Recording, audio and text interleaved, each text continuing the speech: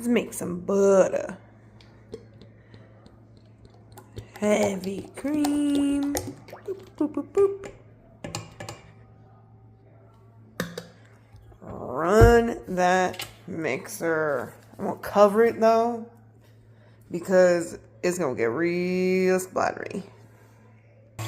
Now we're gonna run this until all that cream and all that butter gets in the mixer and separates from your buttermilk. And then we're gonna save our buttermilk because tomorrow I'm gonna use it to make some pancakes. Just check on it every so often. So now you can see our heavy whipping cream, or heavy cream, is now turning into whipped cream. That's good. So you want to keep your stand mixer on between a 4 and a 6 because you don't want to whip it too badly, but you want to make sure that it is fast enough. So, and if you're using a hand mixer, just medium speed. And we are just going to keep this little guy going. When it gets to a whip like this, you're going to see the process really start to go a lot faster. And you can take your cover off because it's not going to splatter as much for now. And you can just watch the magic.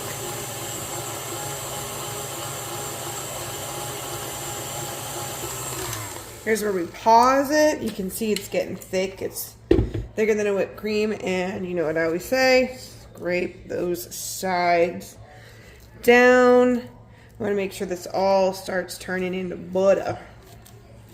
Mine is going to be unsalted butter for my baking because a bottle of heavy cream is a lot cheaper than buying blocks and blocks of butter. And you get more with this as well. So once you have scraped your sides down a little bit, back up to a 5, keep it going. Now we see it starting to go from whipped cream to yellow. That is the butter that's actually starting to form. That's what you want to look for. You want it to get that yellow color. Get those edges down. Again, just keep kind of scraping because you want it to stay together in the bowl. Because the goal is to get everything to the same consistency at the same time. Now it's starting to separate. Now you can see those little curdles in there, those little chunks. Just keep it going.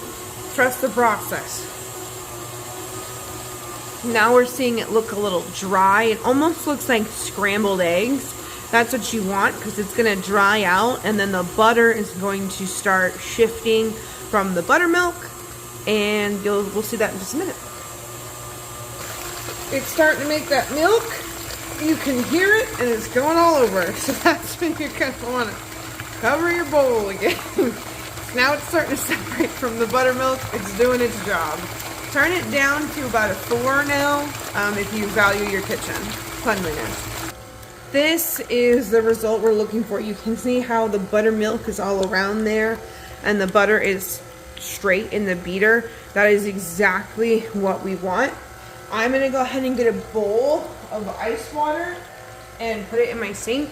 I did have to put my mixer down to a 1 instead of a 3, and I like coated my kitchen and myself in buttermilk. Love it. So we are going to revisit in just a second. Okay, so what we are going to do first and foremost is grab our stuff off of our stand mixer. And first thing, I'm going to drain my buttermilk into a separate bowl because you can see how there's still a couple chunks of that butter in there. Now, there is still a lot of buttermilk in our butter. So that is why we need to get it out of our stand mixer here and into a bowl of ice water. It's very important. Ice water. Now, you don't need to worry about the shaping and stuff of it quite yet. We just want to get it out best you can. This isn't for anybody but my family, so I'm just using my hands, right? But if you're doing it for somebody, obviously you can use like a spatula or something to get it out. So I'm going to do this just as quick as I can here. And you can see the buttermilk already coming out as I just squeeze it, right? You can see my hands are soaked in it. Wash your hands if you're going to use your hands, please. I don't care if it's just for you, your family, or whatever. Keep it sanitary. Okay. Come on, guys. These people don't got all day, and quite frankly, neither do I. There we go. Okay. I like to do this in the sink just in case, you know, ice water or something spills. I already did enough damage. So now here's where you're going to start squeezing it out. And that's why I said it doesn't really matter the mold of the butter, because you're just going to be grabbing it all and squeezing it anyways. Now, we are going to do this as many times as it takes until the water runs clear. What this is doing is it's getting all the buttermilk out of here, so it's extending the shelf life of your butter. And that's what you want, because you don't want moldy, nasty, gross butter. You want a butter that lasts for a while, which is where the buttermilk wash comes into play. If the water gets too cold, you can use just regular cold water if you want to save your hands and your fingers here from being frozen. So you can see here, that's cloudy. Bye-bye.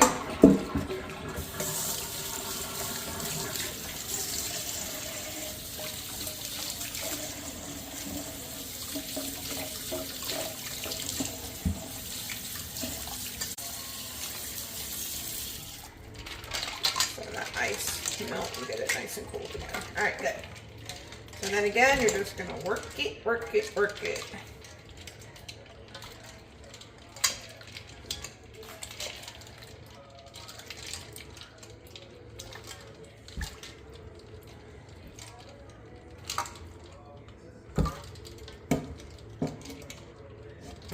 Good, good. Oops. There we go.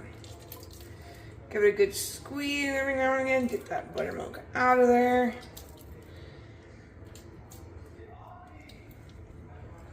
You can always have salt in your butter. And the cool thing about making your own butter is that you get to choose what kind of salt you put in. You can use kosher salt, you can use sea salt, you can use pink Himalayan salt. You pretty much have the opportunity to do it how you want to do it. This is fun for me. See how my water is again cloudy. Dump and replace. Ooh, my cold water feels warm on my hands because of my. And then right back in with it. Now you can see it's like squeezing out less and less as we go. And it's, like I said, a lot about molding a dough, playing with a Play-Doh, whatever you want to, whatever your favorite activity would be. Rinse, rinse, rinse, rinse, rinse. I'm going to break it open here just to make sure every portion of it gets rinsed and squeezed out into that water. And you can see my water's a lot clearer than it has been the last couple go-rounds. That is a good thing. My water's coming, or excuse me, my butter's also becoming a little bit more like a butter texture and less like a dough texture, because we're getting all that moisture out. So this is not a activity for people who aren't afraid to get a little bit messy and have a little fun with it. So all right.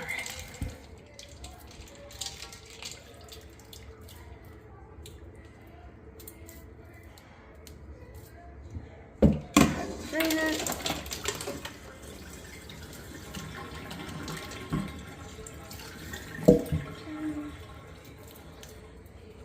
And then we just want to squeeze it out.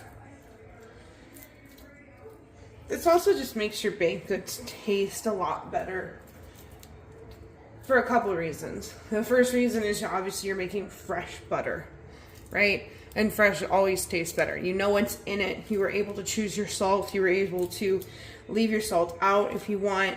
And the other reason is just like, things taste better when you know you put the work into it and you know what you did and how hard you did work.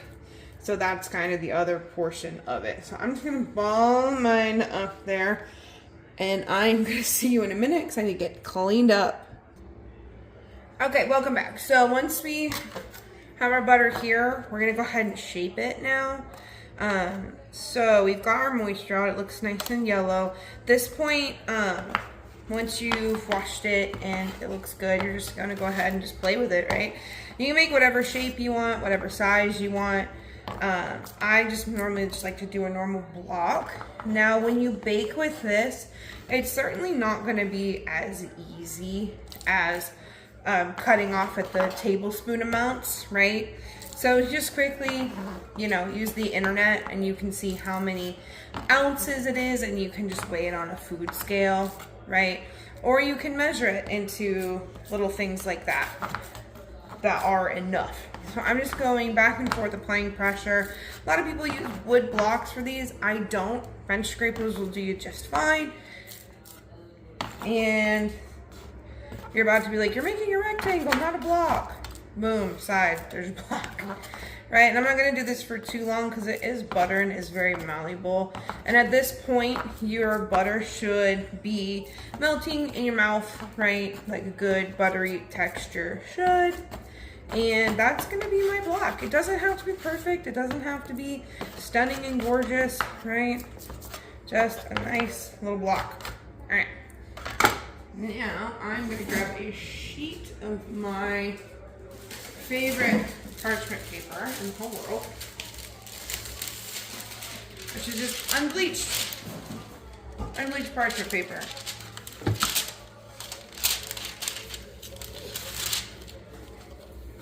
I'm gonna scoop. I'm gonna hold that so I can get it on here. Okay, scoop and ploop. Once your butter is scooped and plooped on, just give it a good wrap. Mine's gonna take 2 pieces, but that's okay. Cool thing about butter and parchment is that they stick well. So I'm just gonna go ahead and wrap, because this is just for baking, so I don't need to wrap it to be able to cut it whenever I need anything, right? I just need to be able to unwrap it whenever I'm ready to do some baking. So it doesn't take a lot of finesse or extra TLC or whatever. I'm gonna pop in the fridge. All right. And it's literally that easy. I'm also gonna go ahead and put my buttermilk in the fridge. You can use a canister, a jar, whatever. This was just the closest piece of Tupperware I had to me, and since I'm using it tomorrow, doesn't really matter what it's in. And there you go. Go ahead and refrigerate your butter, leave it out however you normally do it, however you're planning to eat it. And thanks for swinging by, Amber the Baker. We'll catch you on the next one.